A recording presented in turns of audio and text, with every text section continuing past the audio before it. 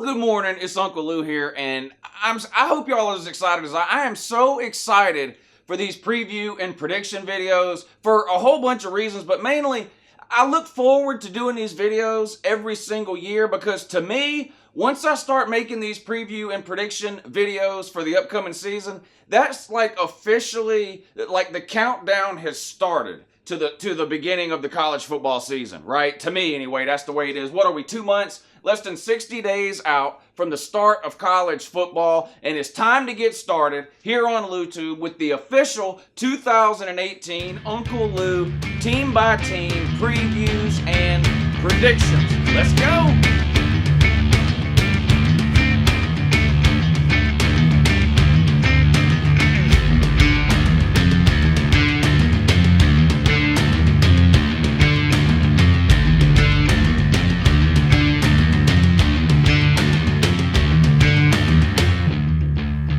Alright, so let's jump right into it. Up first, the first official Uncle Lou preview and prediction for the 2018 season is going to go to the Michigan Wolverines. Special shout out again to Mark D and Kyle T, I believe it was. Both requested a preview for the Michigan Wolverines, so I've decided to do that one first this year. If there's a team you'd like to see me do, make sure you click the first link in the description of every video where it says want to support the channel and win a jersey, something like that. Click that link. Every member of the Uncle Lou Patreon page can request 2 teams, and I'll make sure I do those 2 teams. I'm going to try to get to as many of the requests as I can in the comment section of all the videos, but just like last year, we're bound to run out of time before the season starts, so if you want to make sure I do the team that you're requesting, click that link, join the Uncle Lou Patreon page, and again, shout out Mark D and Kyle T. Thank you guys so much. Let's get right to it. Michigan Wolverines 2018. All right, where do we start here? I think we have to start with Jim Harbaugh, right? Is Jim Harbaugh an elite coach, a good coach, or a bad coach? I think right now you have to put him in the good category, okay? I don't think you can put him in the elite category. He just hasn't shown enough to me. He hasn't proven anything, I don't think, in order to be moved up into the elite category of coaches. He's definitely not one of the top 10 coaches in America, in my opinion. I don't care about these stupid lists like 24/7 Sports is putting out or whatever's got Harbaugh like the 8th best coach in America, something like that. Some of these coaches' rankings have Harbaugh ranked higher than Kirby Smart. I mean, it's just ridiculous. I mean, you go all the way back to when Harbaugh was at Stanford, right? What did he do there? Well, he inherited a terrible Stanford team, number one. He won, I think, 4 games his first year, improved every single year he was there. He was there 4 years, so he won something like 4 games, and then 8 games, and then 10 games, and then I think his last year there, they were like 12-1. Right? Ended up making the Rose Bowl and beating Virginia Tech. Is that right? Their only loss that year was they got blown out by Oregon. But his last 2 years there at Stanford, the best 2 years he had at Stanford were Andrew Luck's freshman and sophomore season at Stanford. So he had an elite quarterback. I mean, at the time, Andrew Luck was considered the most NFL-ready college quarterback in history. So it helps to have a guy like that on your team. So that helped him a lot at Stanford. And when you look forward, of course, he left college for a while, went to the NFL, now lands at Michigan. And when you look at what he's done there, it's been sort of the opposite of what happened at Stanford, right? Stanford, he goes from 4 to 8 to 10 to 12 or whatever. It was a steady increase if those numbers are a little off, but it was a steady increase. Gets to Michigan, not a terrible team, Michigan at the time, but hadn't won the Big Ten in a while. He gets there. He's been there 3 full seasons now, won 10 games his first year, 10 games his second year. Took a step back last year, only winning 8 games. So Stanford trajectory like this, Michigan trajectory like this. What's the issue at Michigan? Well, it's no surprise. It's been offense. Michigan has been horrible on offense. I mean, let's just be real about it. There's no sense in sugarcoating it at all. Michigan's offense have been absolutely terrible. Their defense, top 5 in America, year in and year out under Harbaugh. The guy's recruited at an unreal level, particularly on the defensive side of the ball, but he's been unable to get anything going offensively and has failed to win against the bigger name schools in the Big Ten. He's winless against Ohio State. He has a losing record to Michigan State. He's 1-2 there. Penn State is considered by most people to be a better program right now than Michigan is. So Harbaugh been sort of stuck in the 3rd, 4th best team in the division type range since he's got to Michigan. Now, can that change this year? Different story going into the season this year for Michigan than what we saw last year. I spent a lot of time last offseason saying, you know what, Michigan lost 18 starters off the 2016 team. I think they're going to struggle a little in 2017. A lot of people disagreed with me. Let's take a look at what I actually said during last year's preseason Michigan preview. Then you come home, play Michigan State. Michigan State, 3-4 wins last year. 3, I think. They won't be bad. They're not going to be that bad this year. It's just not going to happen. They'll be better. How much better, I don't know.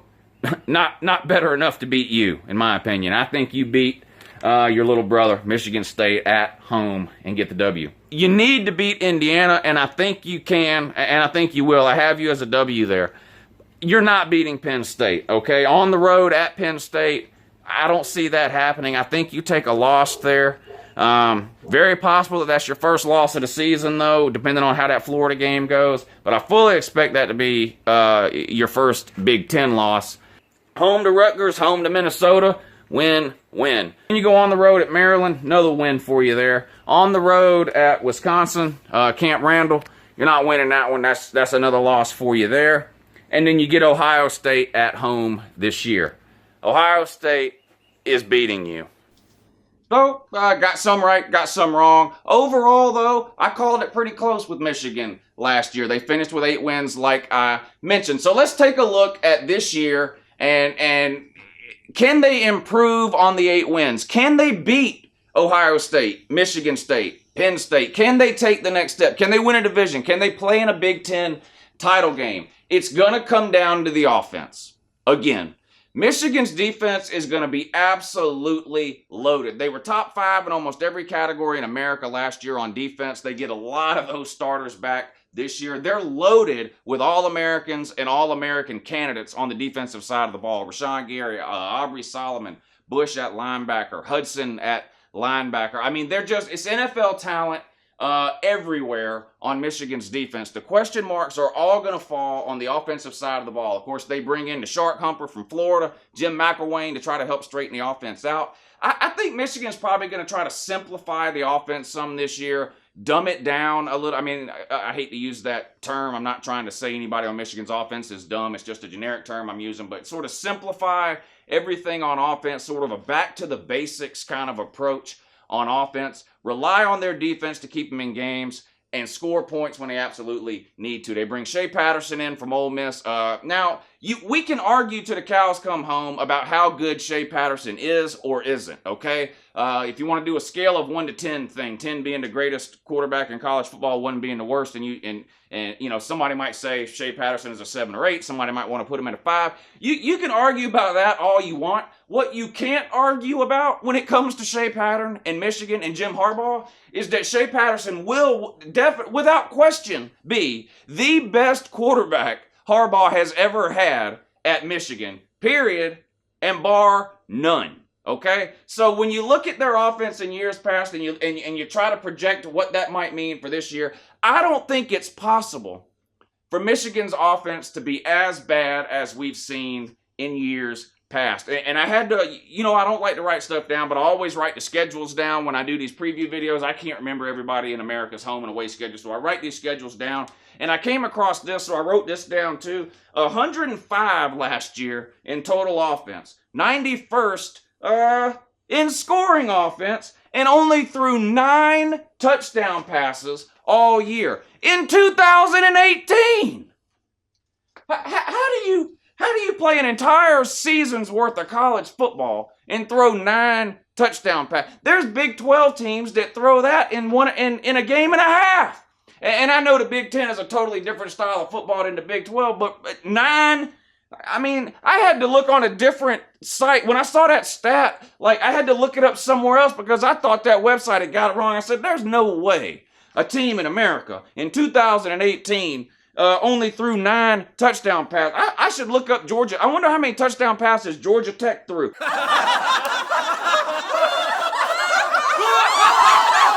That's Georgia Tech territory. And they run the triple option shell game 3 Carmani offense from the 1970s and 80s. Michigan, 9 touchdown passes? That's ridiculous. But like I said, Shea Patterson coming in, no way that's happening again. Michigan has got some talented wide receivers too. Now they're young and inexperienced, and I think Michigan's success this year is going to come down to the play of Shea Patterson and the chemistry that he's able to develop or not with these young wide receivers. That's honestly how I feel. When I was going through this schedule earlier, and you guys know how I do these preview and prediction videos. I explained it in the intro video to these previews that I put up yesterday. It's the first video in this playlist if you want to go back and watch it. It explains how I do this. But we're going to run through the schedule here. I'm going to put it up on the screen. I'm going to run through the schedule to try to keep these videos from being 30 minutes long.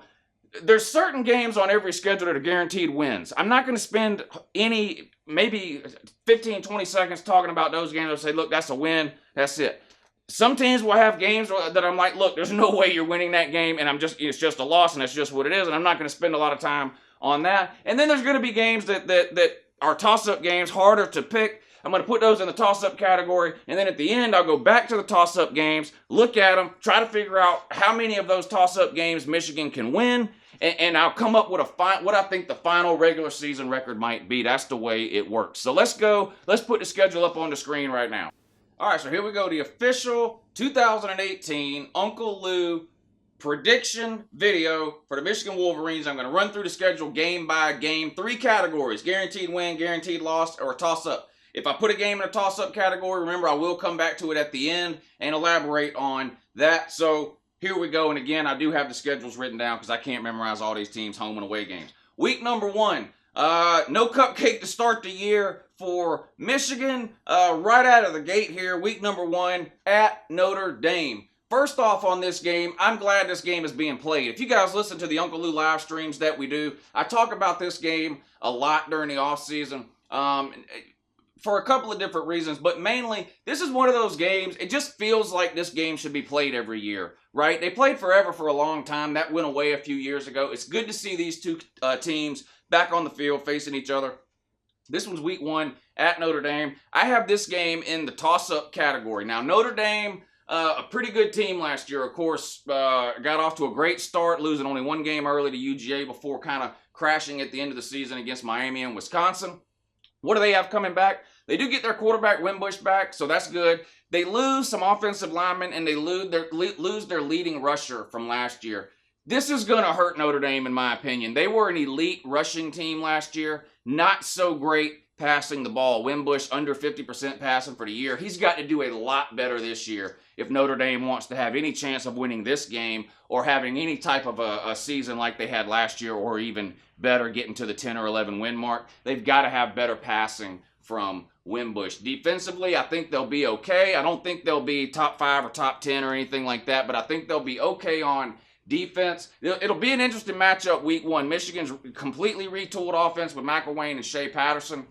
Michigan's got some stud running backs. I don't think I mentioned that at the beginning. Evans, and I forget the other guy's name, but they've got 2 really good running backs. Some question marks on the offensive line, though, with Michigan, similar to Notre Dame. Notre Dame lost 2 amazing offensive linemen to the NFL. We'll see how much that affects Notre Dame. I have a feeling that it will. I'm going to put this game in the toss-up category for now, but we will come back to it before the video ends. Week 2, Western Michigan, you're winning that game. I mean, it's at home. There's no reason Michigan should ever be losing to a team named Western Michigan. I mean, it's not like it's App State, okay? It's Western Michigan. Week 3, home, SMU. Another one, you should win this game without a problem. They're breaking in a new coach, aren't they? Because Chad Morris left for Arkansas. SMU improved under Chad Morris. I don't think they're going to take another step forward now that he's gone, though. Chad Morris, I think, one of the best up-and-coming coaches in America. I think he'll do big things at Arkansas. More on that in another video, maybe. But anyway, you should win this game at home against SMU. Week 4, your first Big Ten game. And speaking of tough opening games, obviously, this isn't, you play Nebraska. Obviously, this isn't Nebraska's opening game, but this is Nebraska's first Big Ten game. So, Scott Frost, welcome to the Big Ten, sir. You're about to find out real quick that a Big Ten schedule is a little bit tougher than a Central Florida schedule. Another thing Uncle Lou's been preaching to you for the last 6 months. But anyway, yeah, Week 4, Big Ten opener for Michigan, home against Nebraska. Michigan's going to win this game. Nebraska's just not ready. Nebraska's a bad team, bordering on terrible. They gave up 35, 40 points a game last year. Defense non-existent. Just a terrible team.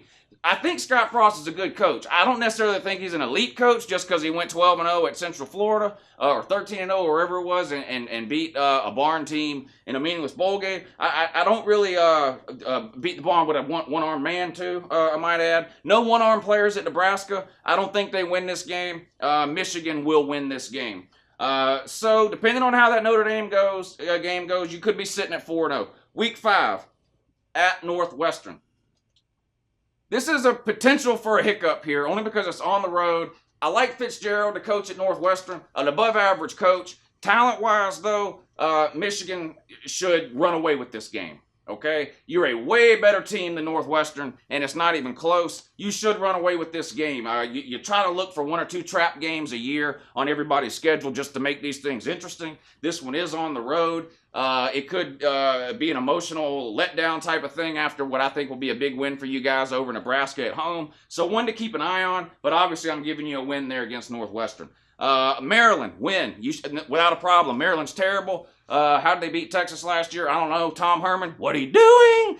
You better fix that problem quick, sir. You're not going to be in Austin very long. But anyway, I'm getting off track here. But yeah, the Fighting Jim Harbaugh should have no problem beating the Maryland Turtles. Here in, what is that, week 6? Could be 6-0. Could be 6-0 heading into week 7. Home game, which is big in this one, Wisconsin.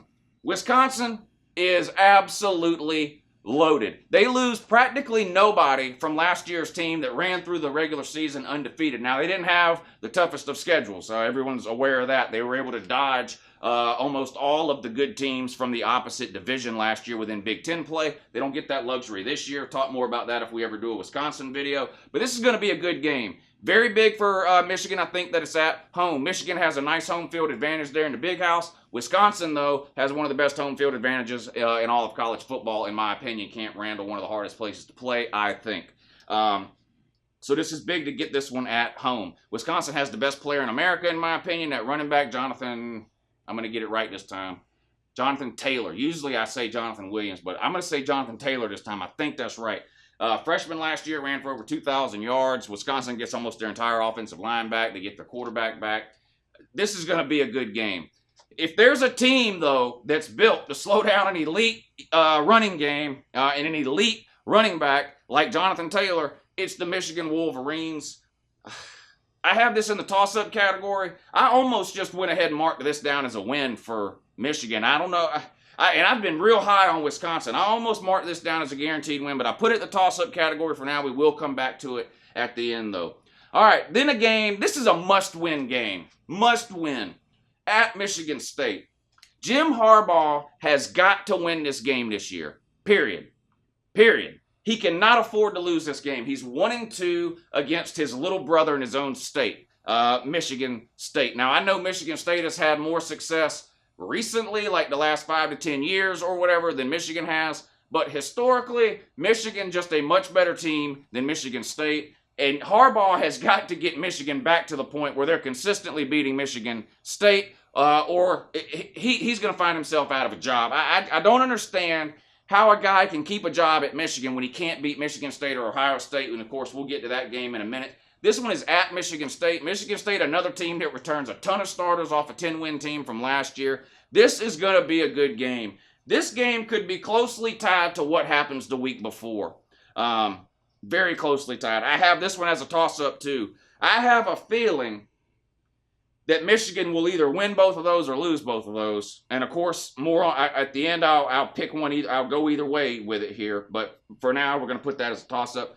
And then Penn State. Is there a tougher 3-game stretch? Now, you do have a bye week after Michigan State, okay, which is huge because then you play Penn State. You do get them at home, but that's 3 games in a row against what could be top 10 teams. Could definitely be top 15 teams. Wisconsin, Michigan State, and Penn State. Luckily, you get 2 of those at home. I'm telling you right now, I got them all as toss-ups. If you find a way to win those 2 home games, even if you drop then the game at Michigan State, I said you have to beat Michigan State this year. I think the only way you can get away with losing to Michigan State this year is if you happen to beat Wisconsin and Penn State which are bracketed around that Michigan State game. I've got all three of those as toss-ups for now. We'll come back to it, and I'll try to pick one at the end. At Rutgers, you better win that game. They're one of the worst teams in the Power 5. I mean, when you start talking about the worst of the worst in the Power 5, who do you think of? Obviously, Tennessee, but in Kansas, Rutgers, Oregon State, Baylor was terrible the last couple of years. Rutgers is in that category of teams. Even if you lose all three of these toss-ups going into that Wisconsin, Michigan State, and Penn State, you should still come out and run over Rutgers like they're not even there. It's at Rutgers. No one even knows where that is, so it doesn't matter where the game's played. Let's see. 11th game of the year, Indiana, W. Now, Indiana has played... Indiana's been a weird team. By no means are they great, but it seems like every year they either beat or almost beat one of these really, really good teams that they're not supposed to even compete with. A couple of years ago, it was Ohio State. Well, we'll see. I expect Michigan to win that game. It's at home. And then, of course, that leads into your season finale where you have to go to Columbus and play Ohio State. I almost marked this down as an automatic loss, but I gave you a toss-up. So I wanted to give you Whiskey a win and Ohio State a loss. I decided to put both as toss-ups. So how does that shake out for the whole year? Well, I have you down as 1, 2, 3, 4, 5, 6, 7. 7 automatic wins. And to me, what that means is it shouldn't matter who the coach is. It shouldn't matter where the game is being played. It shouldn't matter whether it's raining, snowing, 100 degrees, 40 degrees. These games could be played on the moon. Michigan should win those 7 games, period. Period. You lose any of those 7 games, and it's a disappointment. There's no way around it, okay? Now you get to the toss-up games. I'm going to go back to week 1, this Notre Dame game. I think you beat Notre Dame. I get it. It's at Notre Dame. I just think that Notre Dame is going to take a step backwards in their running game this year, even though they bring back Wimbush, which is one of the best running quarterbacks in America. I don't like him as a passer, and I just don't know if Notre Dame has the horses on the offensive line this year to be able to push Michigan off the ball enough to be able to just line up and run the ball. I feel like Notre Dame's going to have to throw the ball to beat Michigan, and I just don't trust Wimbush to throw the ball against a defense as elite as Michigan's. I'm giving you a win there. That puts you at 8 wins. What's the next one? Home against Wisconsin. Here's what I'm going to do for these 3 games. Wisconsin, Michigan State, and Penn State.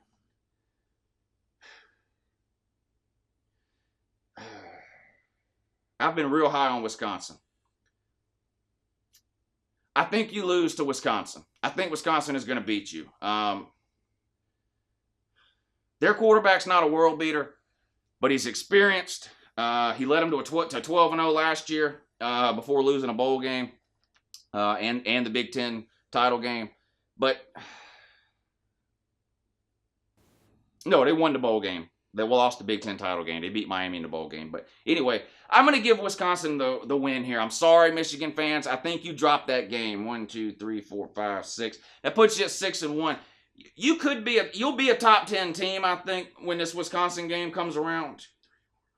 Yeah, you'll be 6-0. I think you'll be a top 10 team when that Wisconsin game comes around. It'll be a huge game. Wouldn't surprise me at all if game day shows up to that one. Could be the ABC game of the week, 8 o'clock Eastern. But I think you dropped that one. Now, your next 2 games, at Michigan State and home against Penn State. I think you can win both of those games.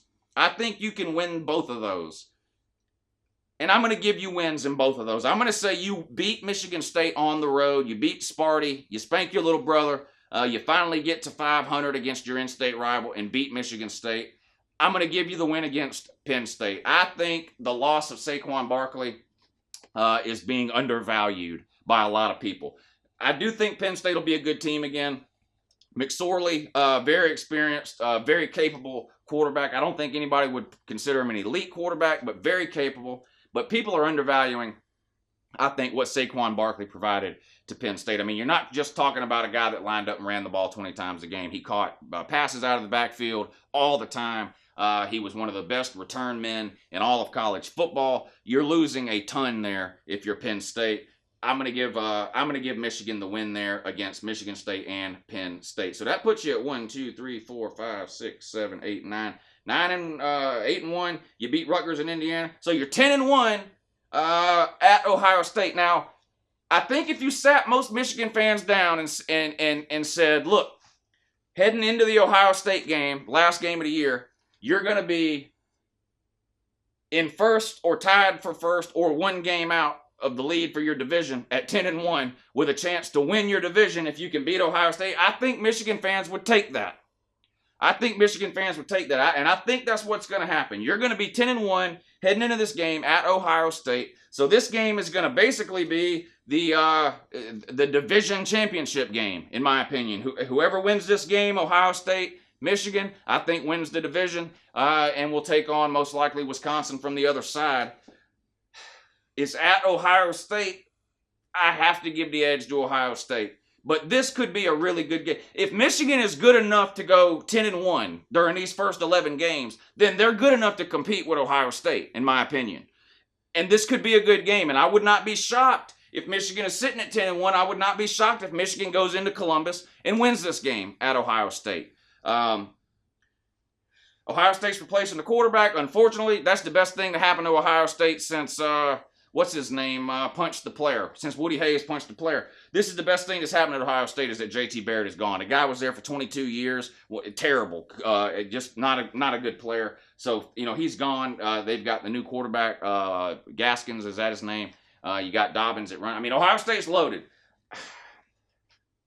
I think Ohio State wins, but like I said, this is not an insult or a knock against Michigan. If Michigan can get to 10-1, I think that'll be a good game. But since I have to pick a winner or a loser so people don't cry about me leaving games in the toss-up, I'm going to give this one to Ohio State here, okay? So Michigan Wolverines finished the 2018 season 10-2, ranked second in their division in the Big Ten, which of course is great. Harbaugh's never finished higher than third in the division, so you're taking a step in the right direction here, and we'll see what you can do for 2019. Anyway, there it is, the very first official 2018 Uncle Lou preview and prediction for none other than the Michigan Wolverines. Remember, if there's a team you want to see me do, let me know in the comment section down below. I will try to get to it. If there's one you really want me to do, click the link to the Patreon page. It's the first link in the description of all my videos. You can win a jersey there. There's all kinds of stuff. You get all kinds of stuff in there. But if there's a team you really want me to do, join the Patreon page. I'll do any 2 teams you want me to do. Plus, you can win the jersey. I will try to get to the ones in the comment section, though. Basically, the order these videos are going to go in is it's going to be the videos I want to do, plus the videos